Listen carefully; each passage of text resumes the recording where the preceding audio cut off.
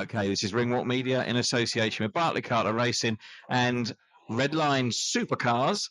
This is the one everybody wanted. John Boyd, here we are in Dublin. A good win. Nice to see you, sir. Yes, good to see you. It was a good win. A solid opponent. He came to fight, but that's what I needed, a tough 6 rounds.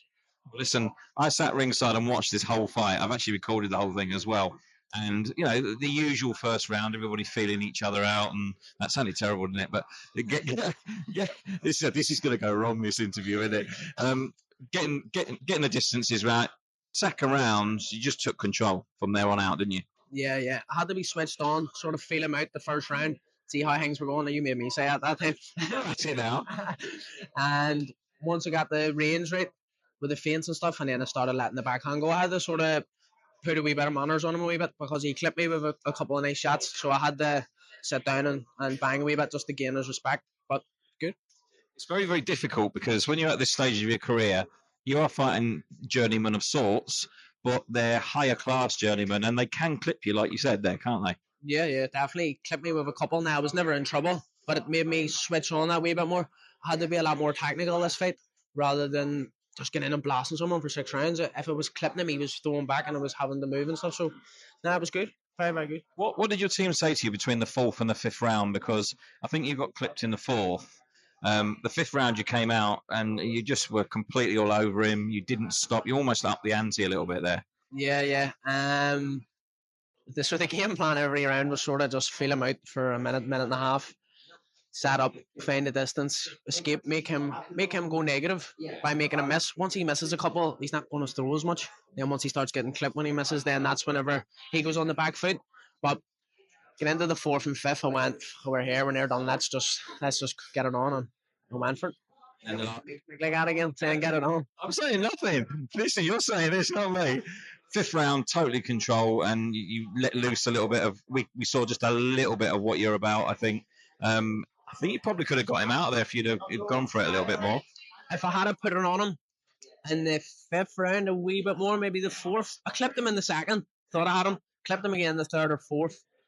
And then the 5th I picked it up. And then the 6th I went for it. I caught him a couple of nice big punches. But it was good to finally sit down and let them go because everyone knows me as this big, tall, skinny counter puncher. So it was good to show a wee bit of something different.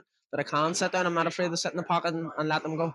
I've seen those interviews that make reference to that, but I saw a totally different boxer out there tonight. I saw a very intelligent boxer, someone who's picking the shots really, really well and quite strong.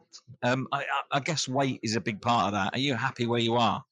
I'm comfortable where I am. I'm fueled up where I am. I don't cut weight to fight at Super Welter. I was just saying there, I had 3 meals. One was a Nando's on Tuesday. I had a snack on Tuesday night.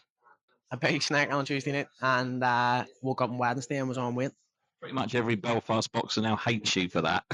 Well, listen, I'm a full-time athlete. I take it serious. I'm not here to mess about. I'm not here to balloon up and not be a professional athlete. We're athletes at the end of the day, and it's my job.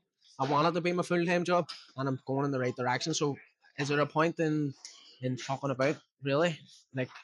For real? Well, we didn't do that out there tonight, and it was nice to see.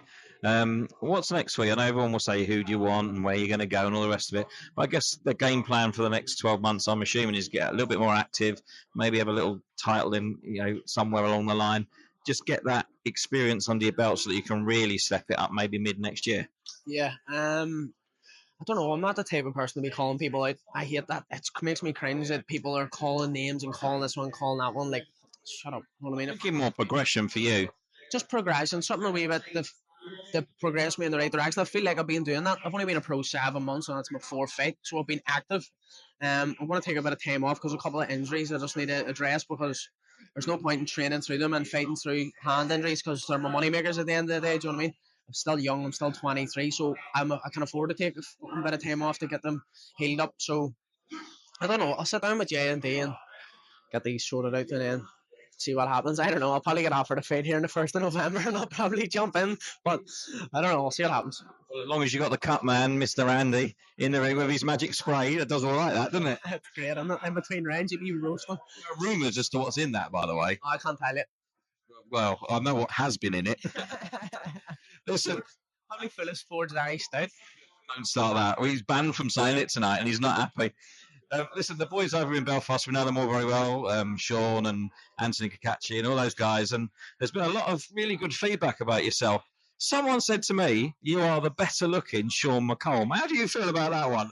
I can retire a happy man after hearing that because Sean's the best in the world. He beat the world number one handy.